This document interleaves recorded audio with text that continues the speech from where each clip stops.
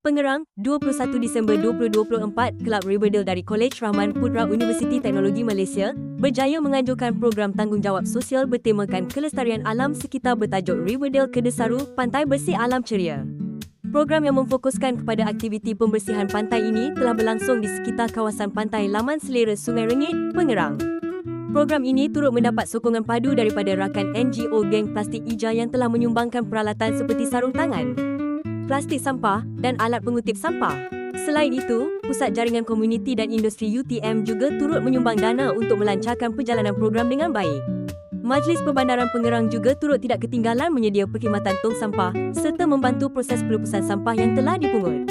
Program yang bertujuan untuk meningkatkan kesedaran terhadap pentingnya menjaga kebersihan pantai, memelihara ekosistem serta memupuk semangat kesukarelawanan dalam kalangan mahasiswa dan masyarakat ini telah berjaya mengumpulkan sebanyak 592 kg sampah.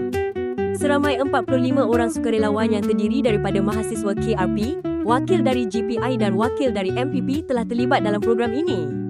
Satu sesi ceramah kesedaran mengenai pentingnya menjaga kebersihan pantai oleh wakil GPI, Encik Muhammad Kamal Tukimin dan Puan Siti Anisa Abu Bakar.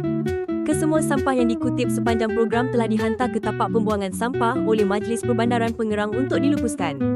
Teknologis Muhammad Hazri Ishak, penasihat program, menegaskan program seperti ini bukan sahaja memberi kesan kepada alam sekitar tetapi juga memperkasa nilai kepimpinan dan tanggungjawab sosial mahasiswa.